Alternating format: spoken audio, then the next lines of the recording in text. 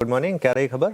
Good morning. और Shriram finance ये Nifty की कंपनी आज फोकस में है क्योंकि शुक्रवार यानी 19 तारीख को एक बोर्ड बैठक है जहां कंपनी एक फंड रेजिंग का प्रपोजल एक्सप्लोर करेगी।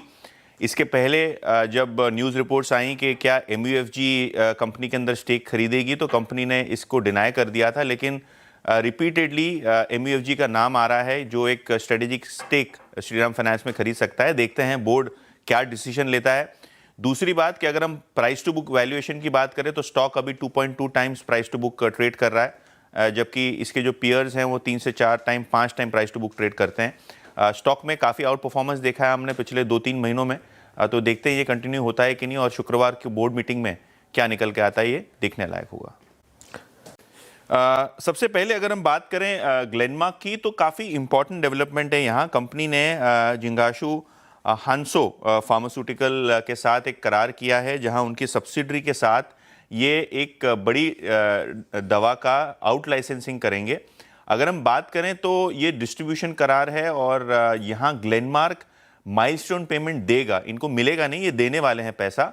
और ये एक लंग कैंसर रिलेटेड ड्रग है जो एक बड़ा पोटेंशियल दिखाता है। शायद 4 से 5 बिलियन डॉलर से ज़्यादा की यहाँ सेल्स पोटेंशियल हो सकती है, लेकिन उसके एवज में ग्लेनमार्क को $1 बिलियन का माइलस्टोन पेमेंट देना पड़ेगा।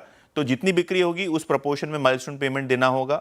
और ये लंग कैंसर की दवा है जो ग्लेनमार्क फार्मा बेट कर रहा है कि शायद इसका एक बड़ा मार्केट वो खोल सकें और डिस्ट्रीब्यूशन से अपने ये डिस्ट्रीब्यूट कर सके प्रोडक्ट। तो ये स्टॉक है जो इस लंग ड्रग कैंसर ड्रग के चलते फोकस में रहेगा। इसके अलावा लुपिन भी आज फोकस में है क्योंकि इनकी जो नागपुर इंजेक्टेबल फैसिलिटी है इसको US FDA की तरफ से क्लीन चिट मिली है। इनफैक्ट ये प्लांट का इंस्पेक्शन थोड़े दिनों पहले हुआ था और इंस्पेक्शन के बाद US FDA ने इस प्लांट को VAI स्टेटस दिया था, जिसके बाद कंपनी को EIR यानी पूरी जो एस्टैब्लिशमेंट इंस्पेक्शन रिपोर्ट है वो मिली है, जिसका मतलब ये है कि जो प्लांट में है कोई दिक्कतें नहीं पाई गई हैं US FDA की तरफ से। ओके, चलिए जी, सबसे पहले एक्जो नोबल की बात करते हैं जहां सोर्सेज इंडिकेट कर रहे हैं कि इंपीरियल केमिकल इंडस्ट्री यानी ICI जो कंपनी का पहले एक प्रमोटर हुआ करता था, ये 9% हिस्सा अपना ब्लॉक डील के जरिए बेचेंगे। 1290 करोड़ के आसपास की ट्रांजैक्शन वैल्यू आपको दिखाई पड़ेगी, जिसका फ्लोर प्राइस 3150 रुपये प्रति शेयर है, यानी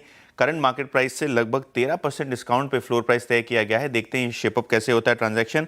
इसके अलावा IOB की बात करें तो गवर्नमेंट यहाँ OFS करने वाली है, लगभग 38.5 करोड़ शेयर्स ये बेचेंगे, 2% इक्विटी, 34 रुपये का फ्लोर प्राइस यहाँ तय हुआ है, यानी यहाँ भी करंट मार्केट प्राइस से 7-8% के डिस्काउंट पे ये आपको ट्रांजैक्शन होता हुआ नजर पड़ेगा।